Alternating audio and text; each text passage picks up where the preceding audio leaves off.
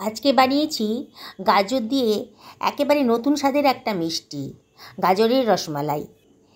আপনারা তো গাজরের হালুয়া, গাজরের বরফি অনেক খেয়েছেন। আজকে চলুন আমার সাথে গাজরের রসমালাই বানাবেন। এই জন্যে আমি কতগুলো গাজর নিয়ে নিয়েছি, এই 300 গ্রাম মতো হবে। আগে থেকে ধুয়ে রেখেছি, এবার খোসাগুলোকে ভালো করে ছাড়িয়ে নিচ্ছি।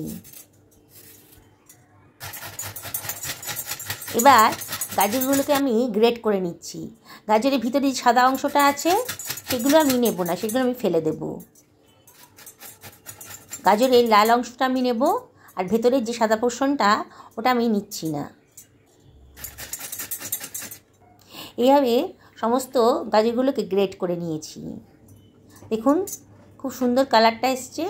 এবার আমি একটা মিক্সার গ্রাইন্ডারের ভেতর দিয়ে দিচ্ছি। পুরোটা দিতে পারবো না, ব্যাচে ব্যাচে দিতে হবে। এই জন্যে 1/3 বাটি মতন আমি দুধ দিয়ে দিলাম। দুধ দিয়ে এটাকে আমি গ্রাইন্ড করে নেবো। গ্রাইন্ড হয়ে গেছে। এবার বাকি গাজরটাকেও, মানে গ্রেট করা গাজরটাকেও আমি দিয়ে দিচ্ছি। দিয়ে এটাকে আমি আবার গ্রাইন্ড করে নেব। আবার একটুখানি দুধ দিচ্ছি। এটা দুধ দিয়ে করলে পরে খুব টেস্টি হবে। পুরোটা গ্রাইন্ড করা হয়ে গেছে। আমি একেবারে মিহি করে গ্রাইন্ড করেছি। আমি দেখাচ্ছি কতটা মিহি হয়েছে। একেবারে মোলায়েম স্মুথ একটা পেস্ট তৈরি হয়ে গেছে। একটা ফ্রাই প্যান গরম করতে দিয়ে দিয়েছি। এবার আমি 1 টেবিল চামচ মতো গাওয়া ঘি দিয়ে দিচ্ছি। আপনারা ইচ্ছে করে তেল দিয়েও করতে পারেন, মানে সাদা তেল দিয়েও করতে পারেন, কিন্তু ঘি দিলে পরে খুব সুন্দর একটা টেস্ট আসবে, গন্ধটাও খুব সুন্দর হবে। ঘিটা গরম হয়ে গেছে। এবার আমি গ্রেট করার পর যে গাজরের পেস্টটা বানিয়ে রেখেছিলাম সেটা দিয়ে দিচ্ছি। দিয়ে একটু নাড়াচাড়া করে নিচ্ছি। অনবরত কিন্তু নাড়তে হবে।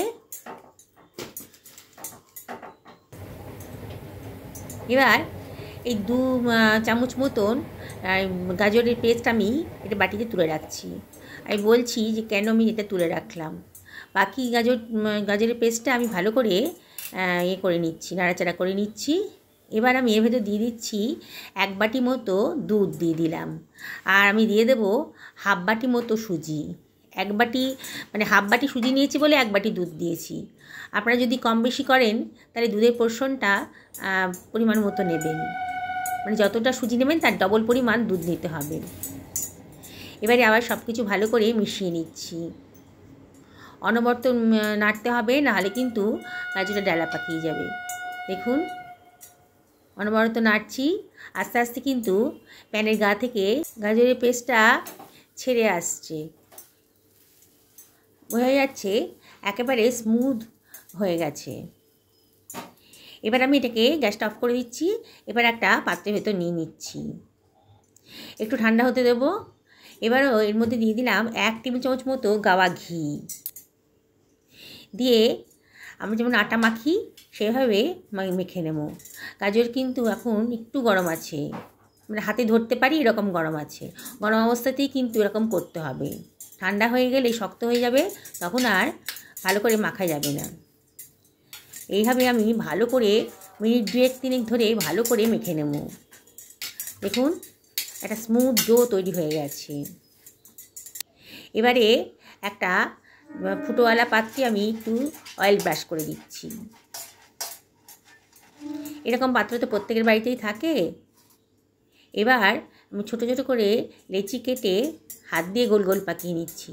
খুব ভালো করে গোল পাকাতে হবে, কোনো ক্র্যাক যেন না থাকে। কোনো ক্র্যাক থাকলে কিন্তু যখন দুধে দেবো তখন কিন্তু এই বলসগুলো ফেটে যাবে। খুব ভালো করে গোল গোল করে আমি খুব ছোটো ছোটো গোল করে নিচ্ছি। রসমালাই বানাবো আজকে, গাজরের রসমালাই, একেবারে নতুন স্বাদের। অনেকেই হয়তো এরকম ধরনের রসমালাই, মানে গাজরের রসমালাই আপনারা খাননি। দেখুন আমার সবগুলো বানানো হয়ে গেছে। আমি একটা কড়াইয়ের ভেতর জল নিয়ে নিয়েছি, জলটা বেশ গরম হয়ে যাচ্ছে। এবারে আমি এই গাজরের এই বাটিটা আমি এরপর বসিয়ে দিলাম। এবার এটাকে ঢাকা দিয়ে দেব, দিয়ে এটাকে 5 থেকে 6 মিনিট রান্না হতে দেব।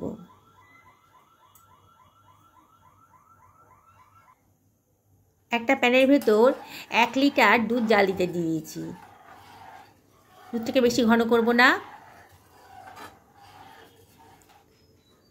দেখুন, অনবরত নাড়তে হবে।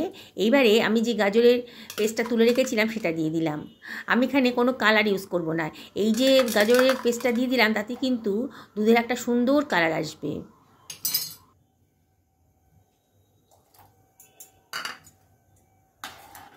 আবার সব কিছু ভালো করে মিশিয়ে দেবো, নাহলে গাজরটা নিচে আটকে গিয়ে পোড়া লেগে যাবে। অনবরত কিন্তু নাড়তে হবে। দেখুন, মিনিট 3-4 নাড়ার পরে কিন্তু খুব সুন্দর হয়ে গেছে দুধের কালারটা। খুব সুন্দর দেখতে লাগছে দুধের কালারটা। এবারে আমি এর ভেতর দিয়ে দিচ্ছি কতগুলো আমন্ড বাদাম কুচি করে রেখেছিলাম, দিয়ে দিলাম। আর দিয়ে দেবো কতগুলো পেস্তা কুচি করে রেখেছিলাম, দিয়ে দিলাম। আপনাদের কাছে অন্য ড্রাই ফ্রুটস থাকলে আপনারা দিতে পারেন। এবার দিলাম ছোটো এলাচের গুঁড়ো, 1/2 টেবিল চামচ ছোটো এলাচের গুঁড়ো দিয়ে দিলাম। সুন্দর একটা গন্ধ বেরোবে।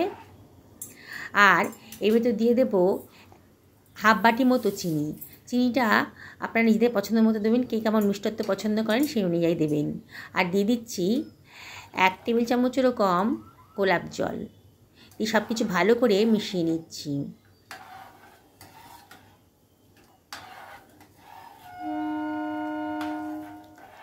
এবারে আমি এর ভেতর দিয়ে দেবো 1 চিমটা লবণ।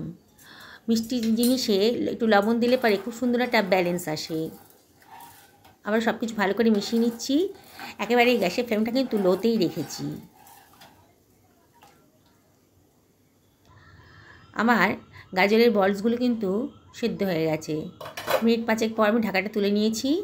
দেখুন, একেবারে নরম তুলতুলে গাজরের বলসগুলো রেডি হয়ে গেছে। এবার গ্যাসের ফ্লেমটা অফ করে দিচ্ছি।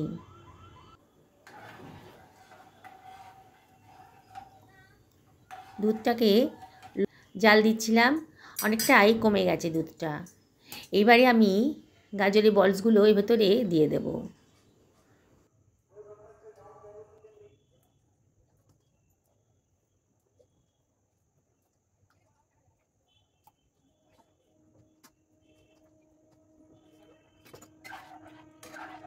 সমস্ত বলসগুলো দিয়ে দিয়েছি। দিয়ে এটাকে আমি একটু নাড়াচাড়া করে তবে ঢাকা দিয়ে দিচ্ছি 3 থেকে 4 মিনিটের জন্যে। 4 মিনিট হয়ে গেছে। দেখুন, আমার বলসগুলো কিন্তু ওপরে ভেসে উঠেছে, মানে আমার রান্নাটা কমপ্লিট হয়ে গেছে। দেখুন বন্ধুরা, কত সুন্দর দেখতে লাগছে। যাকে খাওয়াবেন সেই কিন্তু এর প্রশংসা করবে, আর অবশ্যই রেসিপিটা জানতে চাইবে যে এত সুন্দর একটা জিনিস আপনারা কী করে বানালেন। এত সুন্দর হয়েছে রসমালাই, গাজরের রসমালাই। আপনারা তো অনেক রসমালাই খেয়েছেন, আজকে এই রসমালাইটা খেয়ে দেখুন। আমি আপনাদেরকে আবার রিকোয়েস্ট করব, ভালো লাগলে একটা লাইক করবেন আর শেয়ার করবেন, আর অবশ্যই বাড়িতে একদিন বানাবেন। দেখুন, একেবারে নরম তুলতুলে রসমালাই রেডি হয়ে গেছে। আপনারা ঠান্ডা করেও খেতে পারেন আর গরম অবস্থাতেও খেতে পারেন।